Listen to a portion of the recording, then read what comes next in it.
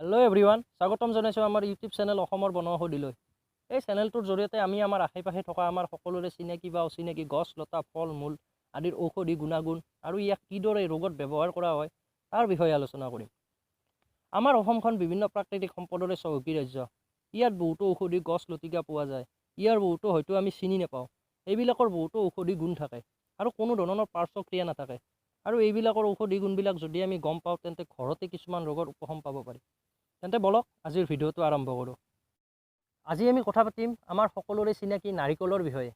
নাৰিকলৰ লগত আমাৰ সংস্কৃতিৰ এটা এৰাব নোৱাৰা সম্পৰ্ক আছে। যিকোনো শুভ মুহূৰ্তত নাৰিকল ভঙাটো এটা সামাজিক পৰম্পৰা। বিভিন্ন পূজা পাৰ্বণত মাহ প্ৰসাদত নাৰিকল থাকিবই লাগিব।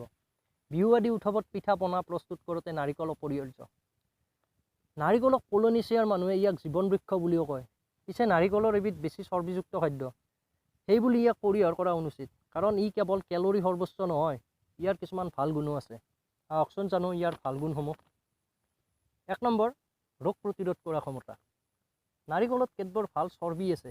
সেইবোৰ হ'ল কেপ্ৰিলিক, কেপ্ৰিক আৰু লৰিক ফেটি এচিড। এই ফেটি এচিডবোৰ ভাইৰাছ প্ৰতিৰোধী, বেক্টেৰিয়া প্ৰতিৰোধী আৰু আৰ্দ্ৰপ্ৰাণী প্ৰতিৰোধী। এইবোৰে দেহত ৰোগ প্ৰতিৰোধ ক্ষমতা বৃদ্ধি কৰে। তদুপৰি নাৰিকলৰ চৰ্বিত মনলৰিন নামৰ এবিধ পদাৰ্থ থাকে, যিবোৰে ভাইৰাছ ধ্বংস কৰিব পাৰে। 2 নম্বৰ, খনিজ পদাৰ্থৰ উৎস। নাৰিকলত ভালেমান খনিজ পদাৰ্থৰে ভৰি থাকে, যিবোৰ দেহত নিয়মীয়া কাম কাজবোৰ কৰাত সহায় কৰে।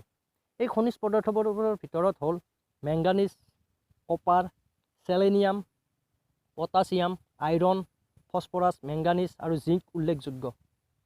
এবিধ খাদ্যদ্ৰব্যত ইমানবোৰ খনিজ দ্ৰব্য থকাটো নাৰিকলৰ এটা ভাল গুণ বুলি ক'ব পাৰি। 3 নম্বৰ, ৰক্তচাপ নিয়ন্ত্ৰণ। কেঁচা নাৰিকলত যথেষ্ট পৰিমাণে আঁহ থাকে, গতিকে ইয়ে ৰক্তচাপ হ্ৰাস কৰাত সহায় কৰে। সেইবাবে ই এটা ভাল গুণ বুলি বিবেচিত হ'ব। 4 নম্বৰ, কোষ্ঠকাঠিন্য নিয়ন্ত্ৰণ। আঁহযুক্ত খাদ্যদ্ৰব্য শৌচ খোলচা কৰে বা নিয়মীয়া কৰাত সহায় কৰে, গতিকে মাজে সময়ে নাৰিকল খালে কোষ্ঠকাঠিন্য দূৰ হয়। আকৌ নাৰিকলৰ কিছুমান ভাল গুণ থকাৰ উপৰিও কিছুমান বেয়া গুণো আছে। বলকচোন আমি নাৰিকলৰ দোষসমূহ জানো। ইমানবোৰ ভাল গুণ থকা সত্ত্বেও নাৰিকলত সংপৃক্ত চৰ্বি থাকে, যিবোৰক বেয়া চৰ্বি বুলিও গণ্য কৰা হয়। প্ৰতি কাপ কেঁচা নাৰিকলত 24 গ্ৰাম সংপৃক্ত চৰ্বি থাকে। গতিকে যিসকলে দেহৰ ওজন নিয়ন্ত্ৰণ ৰাখিব খোজে, তেওঁলোকে নাৰিকলৰ ব্যৱহাৰ সীমিত কৰা প্ৰয়োজন।